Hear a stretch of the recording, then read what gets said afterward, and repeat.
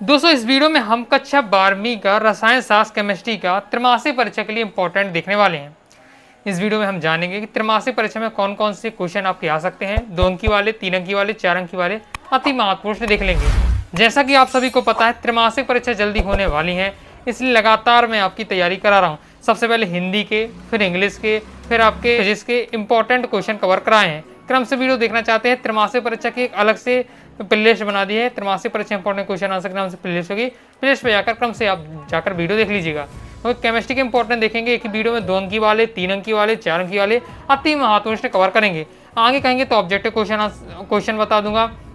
इसके साथ ही आप सॉल्यूशन के साथ कहेंगे तो सॉल्यूशन के साथ मैं आपको कवर करा दूंगा। और दोस्तों अब जो आपको तैयारी करनी है बहुत अच्छे फोकस के साथ करना है, थोड़ा आपको मेहनत करना है, प्रैक्टिस भी करना है, क्योंकि इस वीडियो में जो इंपॉर्टेंट बताऊंगा वो तो आपको एग्जाम के लिए पढ़ना ही है। इसके अलावा कुछ आपको प्रैक्टिस भी करनी है। केमिस्ट्री में बात करें और आपके फिजिक्स में बात करें, आप किसी भी सब्जेक्ट में बात करें तो आपका अब जो पेपर का लेवल है वो थोड़ा क्या है चेंज हो रहा है। ओके, थोड़ा चेंज हो रहा है क्योंकि पेपर पैटर्न चेंज नहीं हुआ है। जितने क्वेश्चन 2 नंबर के आने थे, जितने क्वेश्चन 3 नंबर के, 4 नंबर के आने थे एग्जाम में, ऑब्जेक्टिव जितने नंबर के आने थे उतने ही अभी आने हैं। लेकिन अब जो क्वेश्चन आपसे पूछे जाएंगे थोड़ा सा आपको क्या है लेवल बढ़ा दिया जाएगा। ओके, इसलिए अब दोस्तों जो भी आप टॉपिक तैयार करें थोड़ा आपको समझ के तैयार करना है। और पूरी तरीके से पेपर पैटर्न चेंज नहीं है, लेवल चेंज नहीं हुआ है, क्योंकि जो देखिए टॉपिक की परिभाषा है, सूत्र है, वही रहने वाला है बस। लेकिन जैसे आपका समीकरण वाले हो जाते हैं ओके, तो उन पर आपको ज़्यादा फोकस करनी है। अब एग्जाम में केमिस्ट्री में बात करें तो समीकरण वाले क्वेश्चन आपको ज़्यादा दे दिए जाते हैं ओके, और थोड़ा घुमा फिरा के पूछ लिया जाता है, तो वो प्रैक्टिस पर रहने वाला है, रट सकते नहीं है, इसलिए आपको प्रैक्टिस करना है। जैसे आपका उपसंयोजियों का नामकरण, ये वाला क्वेश्चन आपका आना 100% फिक्स ही है कि उपसंयोजियों का IUPAC नामकरण क्वेश्चन आएगा 2 नंबर का। ओके, तो वो आपको क्या है प्रैक्टिस से ही करना पड़ेगा, उसे रट नहीं सकते, क्योंकि कोई भी उपसंयोजी होगा आपको दे दिया जाएगा।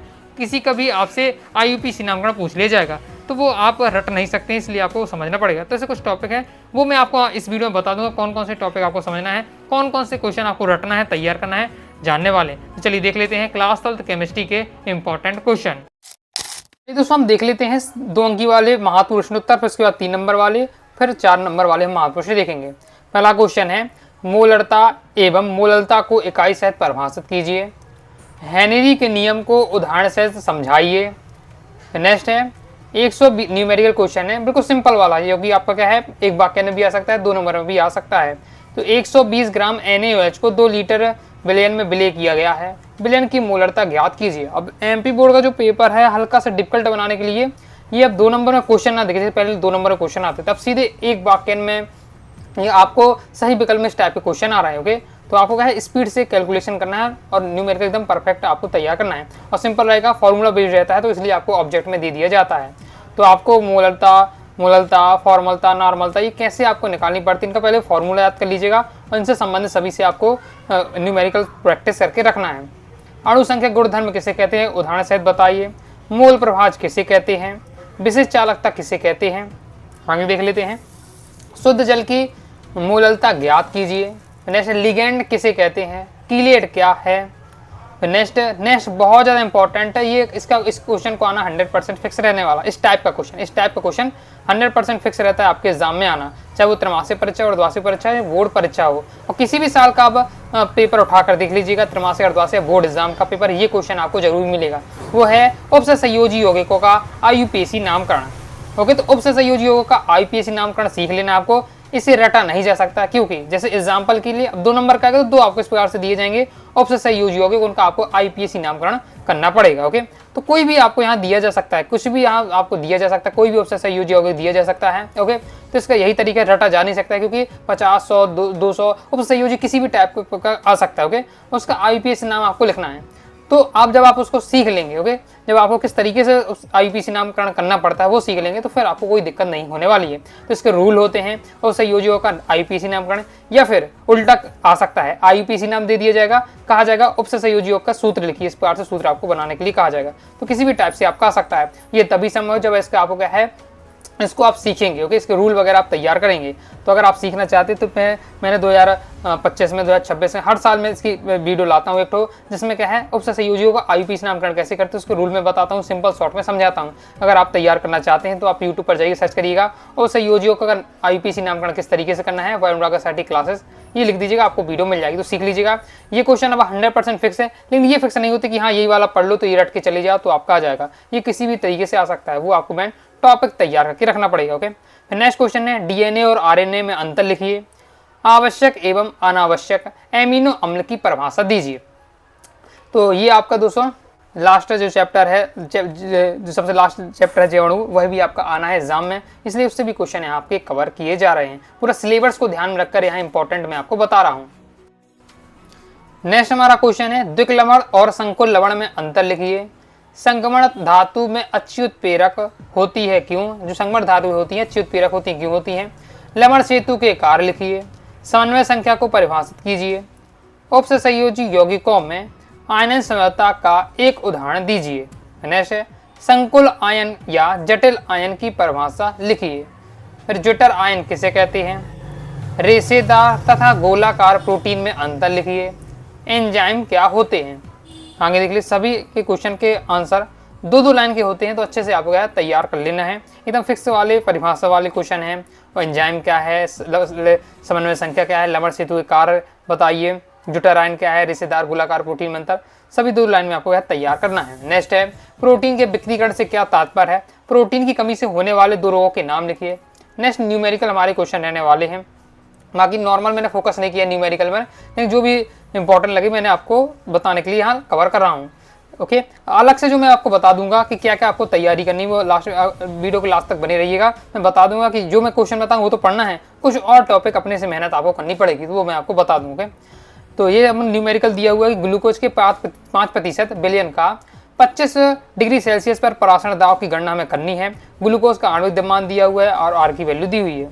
ओके, तो फॉर्मूला बेस्ड रहने वाला है, परासरण दाब का फॉर्मूला बने अगर आपको बनता है बस आपको क्या है वैल्यू पुट करके आप आंसर निकाल सकते हैं। नेक्स्ट है यदि 5.85 ग्राम NaCl 250 ग्राम जल मिले हैं, मूलतः ज्ञात कीजिए। मूलतः का फॉर्मूला लगा के आपको वैल्यू पुट कर देना है, आंसर आ जाएगा।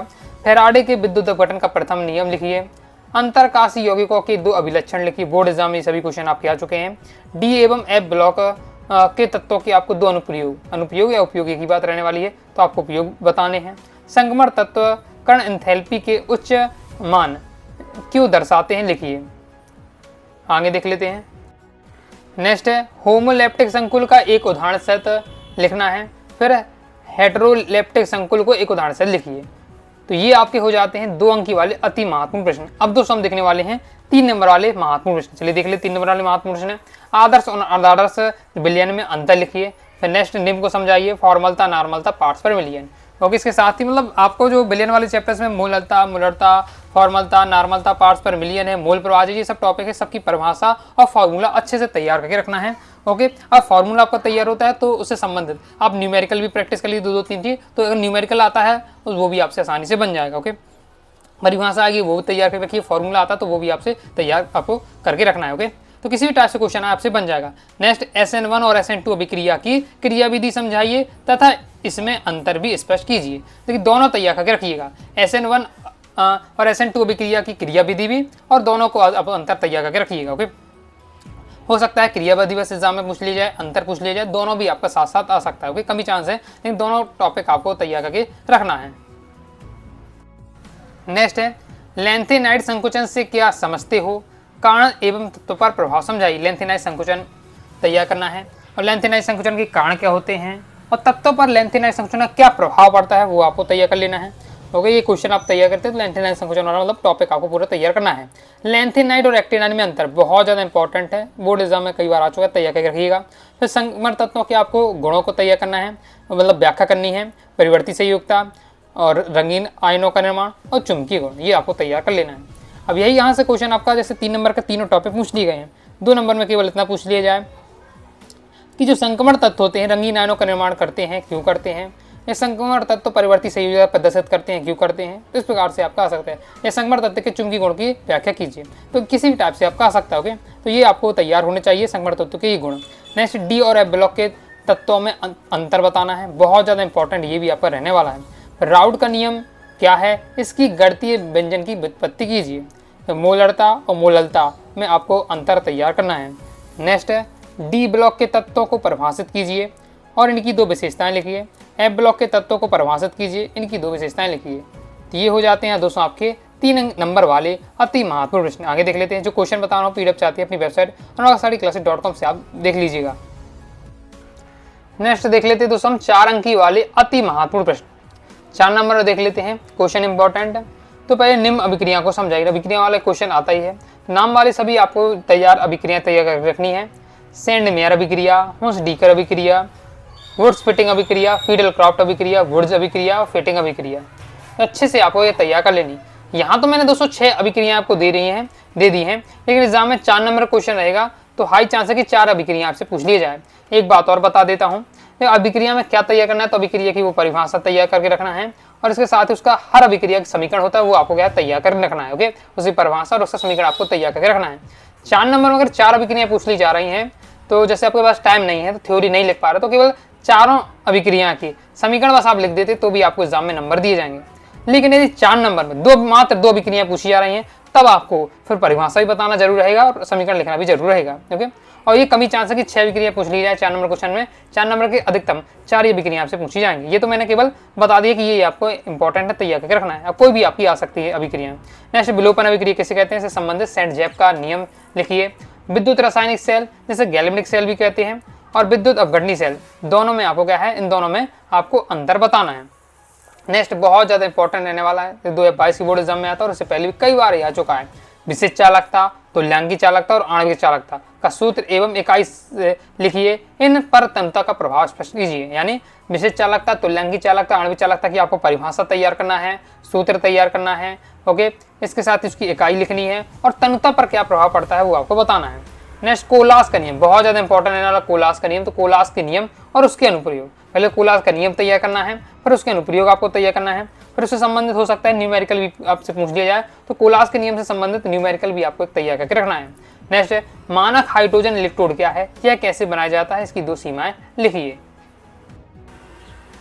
तो नेक्स्ट क्वेश्चन है संक्षारक किसे कहते हैं। संक्षारक को प्रभावित करने वाले कारक और संक्षारक के बचने के उपाय बताइए। जितने क्वेश्चन बता रहा हूँ सभी अच्छे से तैयार करिएगा क्योंकि ये केवल आपकी त्रैमासिक एग्जाम के लिए नहीं है कि यदि आप सोचे त्रैमासिक एग्जाम है ओके इसके तो इतना ज़्यादा प्रभाव नहीं पड़ेगा हमारी मार्कशीट में, इसको स्किप कर दिया जाए, डायरेक्ट बोर्ड एग्जाम की तैयारी करी जाए।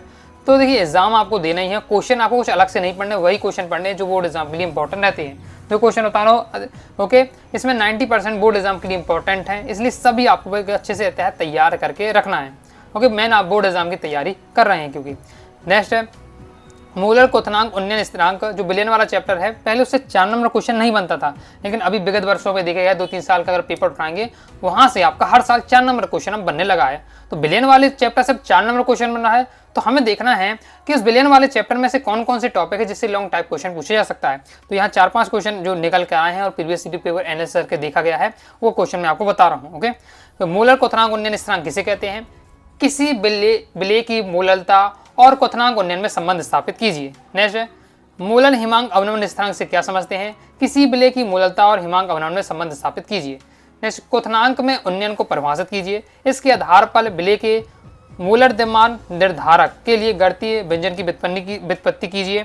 इसी प्रकार से आपका रहेगा, देखिए टॉपिक कौन कौन से, मूलर हिमांक है, क्वथनांक में उन्नयन है, बास दाव में अपेक्षित अवनमन है, पराशरण दाव, ये मेन मुख्य 4 है। तो चारों से आपके एक टाइप के 4 टॉपिक से पूछे जा सकते क्वेश्चन। ओके, जैसे भी हमने क्वथनांक में उन्नयन को परिभाषित कीजिए, अब यहाँ हम देखेंगे बास दाव में अपेक्षित अवनमन को परिभाषित कीजिए। इसके आधार पर मूलर्द्यमान निर्धारक की गणितीय व्यंजन व्युत्पत्ति पूछी जा रही, किसकी, क्वथनांक उन्नयन की। इसी बार से यहाँ बास दाव में अपेक्षित अवनमन की पूछी जा रही, इसके आधार पर मूलर्द्यमान निर्धारक के लिए गणितीय व्यंजन की व्युत्पत्ति। फिर पर इसी प्रकार से पराशरण दाव के लिया जाएगा, पराशरण दाव को परिभाषित कीजिए, इसके आधार पर विलेय के अणु भार निर्धारण के लिए गणितीय व्यंजन की व्युत्पत्ति कीजिए। फिर हिमांक में अवनमन के लिए इसी पूछा जा रहा है, हिमांक में अवनमन को परिभाषित कीजिए और इसके आधार पर विलेय के अणुभार निर्धारक के लिए गणितीय व्यंजन की व्युत्पत्ति कीजिए। तो उस चैप्टर में आपके जो विलेयन वाला चैप्टर क्वथनांक में उन्नयन है, बास दाव में अपेक्षित अवनमन है, पराशरण दाव है और हिमांक में अवनमन है। तो चारों टॉपिक से ओके, चारों टॉपिक से ये आपका विलेय के मूलर्द्यमान निर्धारण के लिए गणितीय व्यंजन की व्युत्पत्ति आ सकता है। ओके, क्योंकि अभी देखिए प्रीवियस ईयर में 2 ये आए थे, फिर 2 ये आए थे, इस तरह करके आए थे। ओके, तो तैयार करके आपको रखना है। नेक्स्ट, विद्युत रासायनिक सेल का नामांकित संरचना और रासायनिक अभिक्रिया का समीकरण लिखिए, नट्टा समीकरण की व्युत्पत्ति कीजिए। तो ये आपके रहने वाले दोस्तों आपके लॉन्ग टाइप क्वेश्चन, यानी 4 नंबर वाले अति महत्वपूर्ण प्रश्न उत्तर सभी तैयार आपको कर लेना है, क्योंकि ये बोर्ड एग्जाम के लिए भी सबसे ज्यादा इंपॉर्टेंट रहने वाले हैं। अब जैसा कि दोस्तों मैंने आपको बताया, कुछ आपको अलग से भी आपको विशेष तैयारी करनी है। वो कौन कौन से टॉपिक आपके रहने वाले हैं, तो सबसे पहले तो आपको उपसंयोजी यौगिकों का IUPAC नामकरण अच्छे से सीख लेना, क्योंकि ये क्वेश्चन 100% फिक्स है। लेकिन ये फिक्स नहीं कौन सा आपसे पूछ लिया जाए, तो आपको इसके रूल सीख लीजिएगा, और जितने भी आपको मिले प्रीवियस ईयर पेपर में, गाइडों में जितने मिले सबको ले लेकर आपको अपने से बनाने कर तैयार करना है, क्योंकि ये तो कोई फिक्स नहीं, किसी टाइप से आपको किसी भी टाइप से दे दिया जा सकता है। 6 लिखा तो 4 लिखा जा सकता है, किसी भी टाइप से आपका लिखा आ सकता है। इसलिए आपको क्या है, अच्छे से रूल से सीखना है, तो ये आपको अपनी तरफ से काम करना है। दूसरा, आपको क्या है, नाम वाली अभिक्रिया पहले अच्छे से तैयार करिएगा। उसके साथ नाम वाली जब अभिक्रिया आपकी पूरी तैयार हो जाए, तो फिर आपको, आपने देखा होगा आता है एग्जाम में क्वेश्चन इस तरीके से जो क्वेश्चन पूछा जाता है, जिसमें कहा था निम्नलिखित अभिक्रिया को पूर्ण कीजिए, और ये आपको दे दिया जाता है।